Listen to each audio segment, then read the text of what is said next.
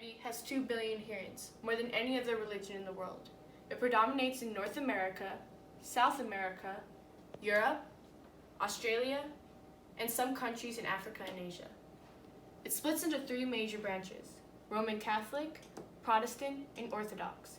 And according to the Encyclopedia Britannica, Roman Catholic comprises 51% of world Christians, Protestant 24%, Orthodox 11%, and 14% are mixed denominations that don't consider themselves under the 3 branches. These branches can predominate in certain areas. In Europe, Roman Catholics are in the southwest, Protestants are in the northeast, and Orthodox are in the east. In the Orthodox branch, or the Eastern Orthodox, there are 14 self-governing churches, and the largest of the 14 is the Russian Orthodox Church, and it has 40% of Orthodox Christians. And within the Western Hemisphere, there is fairly sharp boundaries. In South America, 93% are Roman Catholic, and in North America, 40% are Roman Catholic. Within North America, Roman Catholic cluster in the southwest and the northeast, and 28% of North America's population are Protestants. Christianity was founded on Jesus' teachings, and he was born in Bethlehem between the 8th and 4th century, and he died on a cross in Jerusalem about AD 30. He gathered a small band of disciples, and he preached the coming kingdom of God. And he had 4 Gospels: Matthew, Mark, Lucas, and John. They documented his miraculous deeds that he performed. But by his 3rd year of his mission, he was crossed by a companion, Judas, and after the Last Supper, he was sentenced to death as an agitator. And 3 days after his death, his tomb was found empty. And this leads Christians to believe that God resurrected Jesus to atone for their sins. This gives Christians salvation. In Christianity, churches are sacred spaces, and they are where adherents gather to worship, and attendance is considered important. Churches can reflect both the cultural values of the denomination and the architectural heritage of the region. Wars occur between religions. This happened in Ireland between Roman Catholics and Protestants who lived in Northern Ireland. Roman Catholics want to commit to the Republic of Ireland, while Protestants remain with the UK, making peace difficult, especially with extremists who disrupt peace with violence, killing more than 3,000 of both Roman Catholics and Protestants. But most Roman Catholics and Protestants want peace. Christianity diffused in 3 ways: through hierarchical, relocation, and contagious diffusion. In 313, Emperor Constantine accepted Christianity, and by 380, Emperor Theodos made it the official religion. In the Roman Empire, contagious diffusion of Christianity happened because non-believers and believers would meet. And it also diffused through relocation diffusion with missionaries, who used road networks and protected sea routes. And it also, the resettlement of Europeans caused Christianity to be the dominant religion in North America, South America, Australia, and New Zealand. The core Islam beliefs are passed down by the historical founder Muhammad. There are 5 core Islam beliefs, the 5 pillars of faith, which are Shahada, Zalat, Zakah, Sam Ramadan, and Haji. Muhammad was messaged God's words by the angel Gabriel, which is what the Quran, the holiest book of Islam, consists of. Prophet Muhammad was taught the truth by God, which caused him to suffer persecution. In 622, he was told by God to migrate to Yathrib, which is an event known as Hijra, which marks the beginning of the Arab calendar. Muhammad returned to Mecca and established Islam as the city's religion and died in 632. There are 2 branches of Islam, the Sunnis and the Shiites. They have a conflict between them, which is that they cannot agree on the line of succession. Confusion was due to having no eligible successor after Muhammad. Abu Bakr then became the Caliph, the successor of the Prophet. The next 2 caliphs, Umar and Uthman, extended the territory to Egypt and Persia under Muslim influence. Uthman later found Ali, which is who the Shiites believe Islam leadership descended from. Islam diffused through relocation of missionaries, which converted non-Arabs through intermarriage. Adherents of the world. Sunnis comprise 83% of Muslims. The largest branches are located in Southwest Asia and North Africa. Shiites comprise 16% of Muslims. 30% live in Iran, 15% in Pakistan, and 10% in Iraq. Muslims comprise 90% of the population in Iran. France has 4 million Muslims from immigration of colonies in North Africa. Germany 3 million, and North America 1 to 5 million. Holy and sacred places. There are 3 main holy Islam sites: Mecca, Kaaba, which is a shrine in Mecca, and Medina. Both Mecca and Medina have a population of 13 million people. Examples of sacred places in Islam are mosques, which are used for worship. The most well-known Islam date is the summer Ramadan. Buddhism is the world's third most universalizing religion, found mostly in East Asia and Southeast Asia. There are three main branches to Buddhism: Mahayana, Theravada, and Vajrayana. Mahayanas say that their approach to Buddhism is more helpful to people because it is less demanding of its followers. The people of this branch focus mainly on Buddha's later years of teaching and helping others. Theravada is the oldest branch of the two. They believe that they are closest to Buddha's original beliefs, and they think that Buddhism is a full-time job, and to be a good Buddhist, one must become a monk. Vajrayanas practice rituals known as tantras. Buddha was believed to practice these tantras during his lifetime. Vajrayana was believed to be evolved from the Mahayana branch. These three branches follow the Four Noble Truths. The first one is that all living things must go through suffering. The second one is that suffering leads to reincarnation.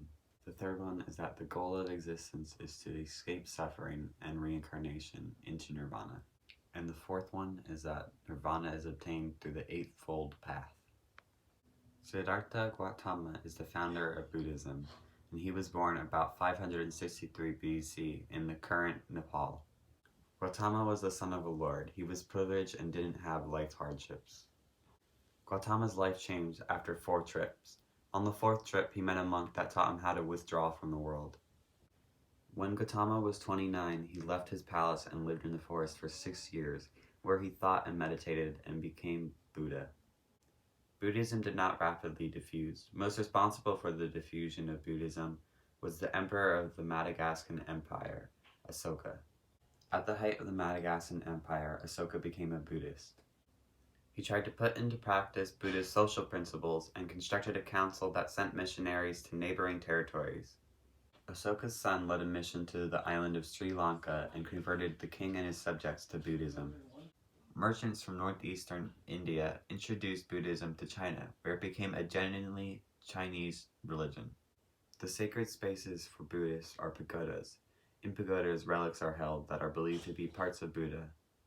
Pagodas were made for these relics. Pagodas were not made for worship, and worship is most likely to happen at home. In Southeast Asia, Buddhists were affected by the Vietnam War. In Laos and Cambodia, Buddhist shrines were destroyed by U.S. air raids. To protest policies of the South Vietnamese government, Buddhists would light themselves on fire. Sikhism and Baha'i are the two universalizing religions other than Christianity, Islam, and Buddhism. There is an estimated 23 million Sikhs. All but 3 million Sikhs are clustered in the Punjab region of India. Sikhism's first religious teacher or enlightener was Nanak. He lived through 1469 to 1538. Nanak lived in a village near the city of Lahore. Sikhism's most important ceremony was introduced by Guru, aka Enlightener, Gobind Singh. He lived from 1666 to 1708.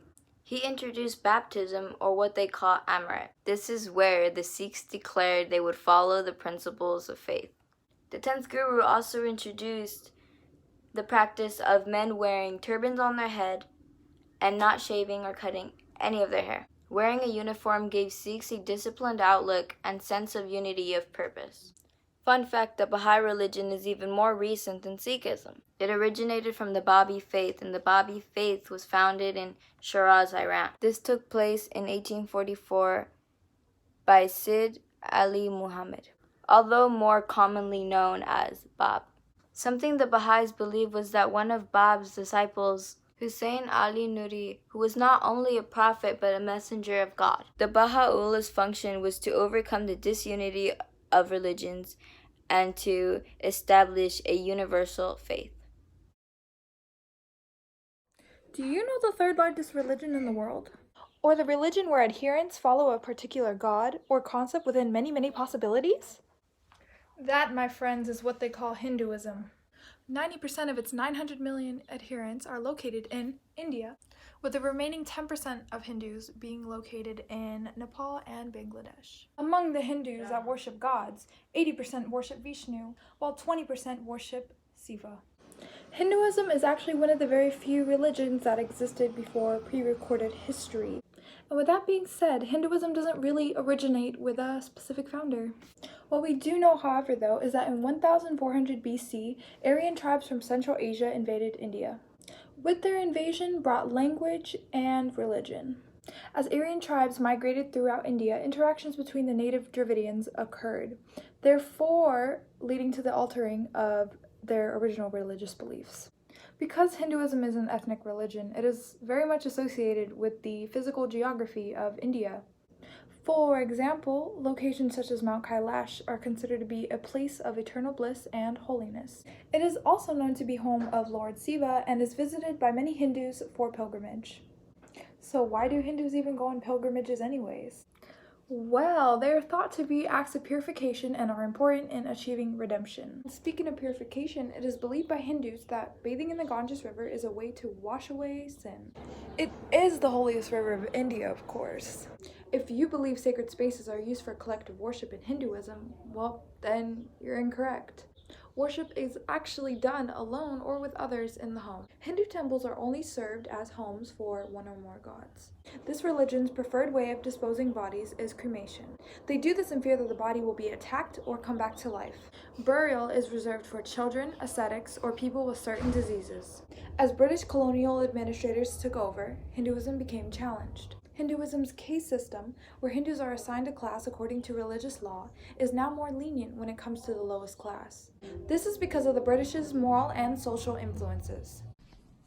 So, my name is Shantae. I'm going to be talking about cosmogony. Cosmogony is a set of religious beliefs concerning the origin of the universe.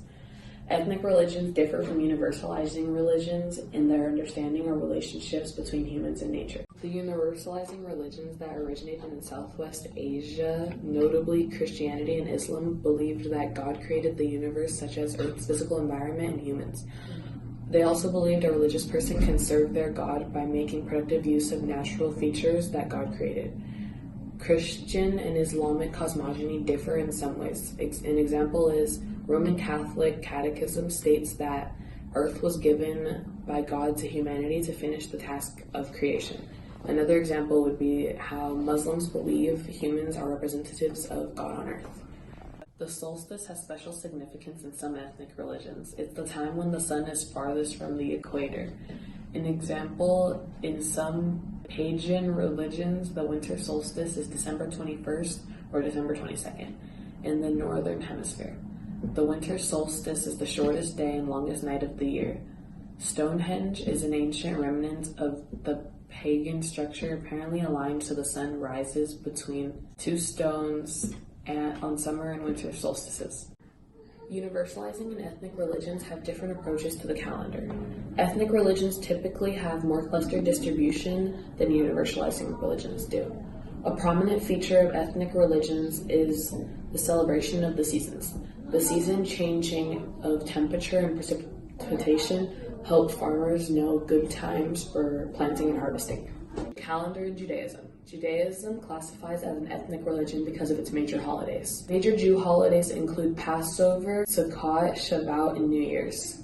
North Americans use a 12-month solar calendar, each with 12 months and each month containing 30 to 31 days, with the exception of February, which typically has 28 days. The calendar and universalizing religions.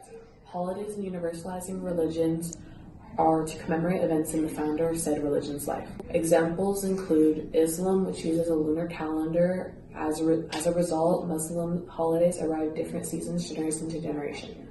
Baha'i, which uses a calendar established by Bab and confirmed by Baha'u'llah, in which they divide the year into 19 months, 19 days each.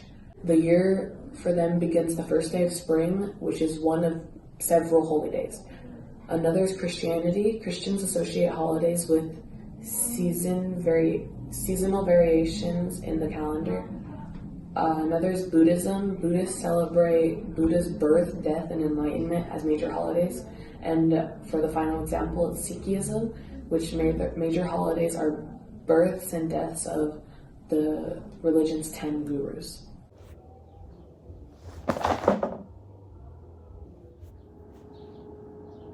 And speaking of purification, People in this branch focus mainly on helping others. Mom, I'm recording.